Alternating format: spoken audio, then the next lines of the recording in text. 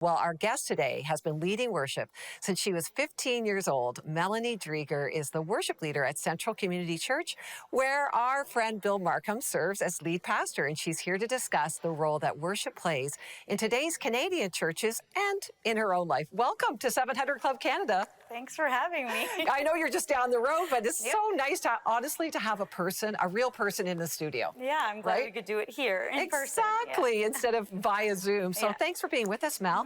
You know, I was at your church not too long ago, and I was really so blessed by the worship there.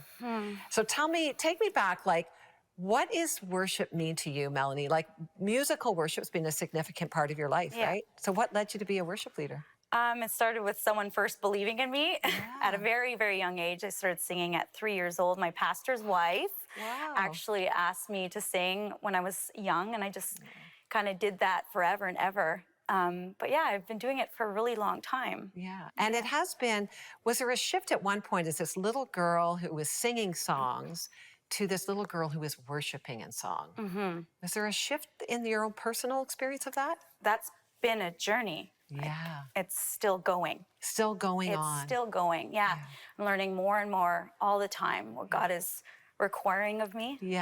Through worship. No, that's really good. And I just love how, you know, worship does change.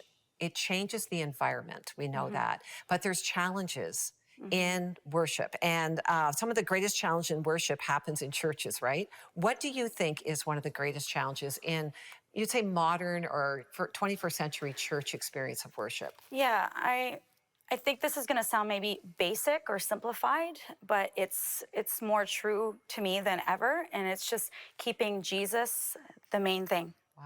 The very, very main thing. There's a lot of voices, loud voices, opinions, preferences on style, genre, lyrics, what we're singing, how we're singing it. But it needs to always come back to who we're singing it to and why we're singing it. And so it's very important to me to be genuine in my worship, on stage and off. And those are, for me, all wrapped up in one. It's super important. So I think that's what a lot of people say and sense. Oh, it feels authentic.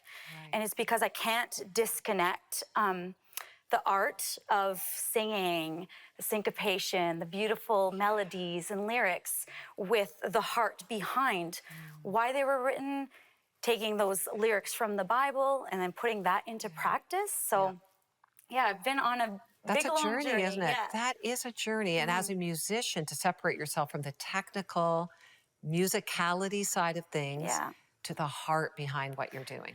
Yeah, and so it is hard to keep Jesus the main focus when there's so many other voices in the room. His voice needs to be the loudest for me. I love that. You know what? And that really does come through. And I think all the worship wars out there, right?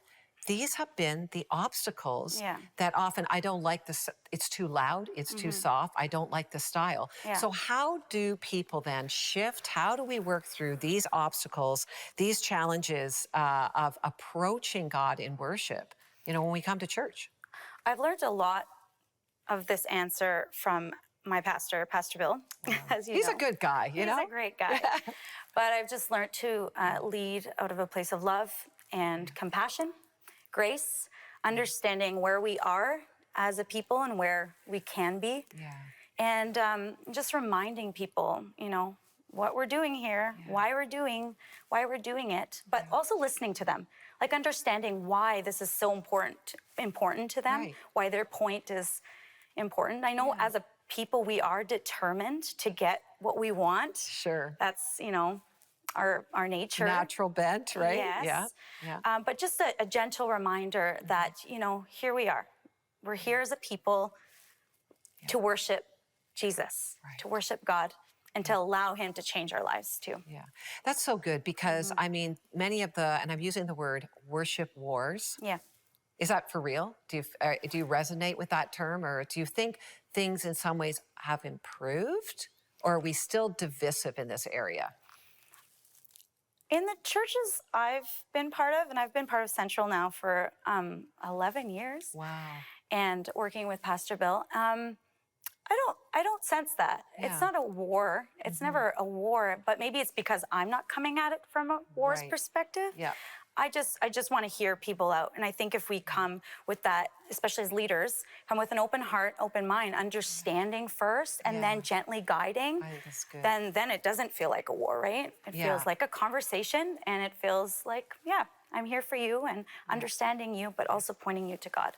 That's so good. I think when we're looking at Jesus, like you say, he becomes a main thing. Yeah. Then the style of the music, how loud it Yeah.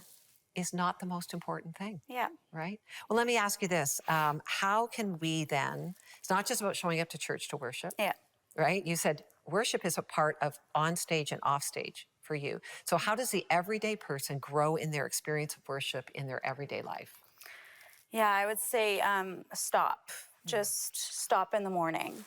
And I had to do that yesterday. I did it today as well, but yeah, just right before I get out of bed, it's just asking God, okay, would you guide my thoughts today? Yeah. I don't know who I'm gonna meet today.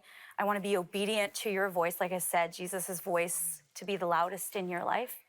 And just intentionally, being in relationship with God and surrendering my life to Him. That's truly worship. That truly is worship. It is about the style of music, right? Yeah. It's not, but it really is about an attitude. And I love your point. It's who you're focused on. Yeah. Is there any other things that you do in your life that help you, even as you go onto that stage, you don't want to disconnect from your time with Jesus? Like, what helps you step out there and be that authentic Melanie? It's reminding myself over and over again why I'm doing it, who I'm doing it for. Yeah. And I have to intentionally humble myself.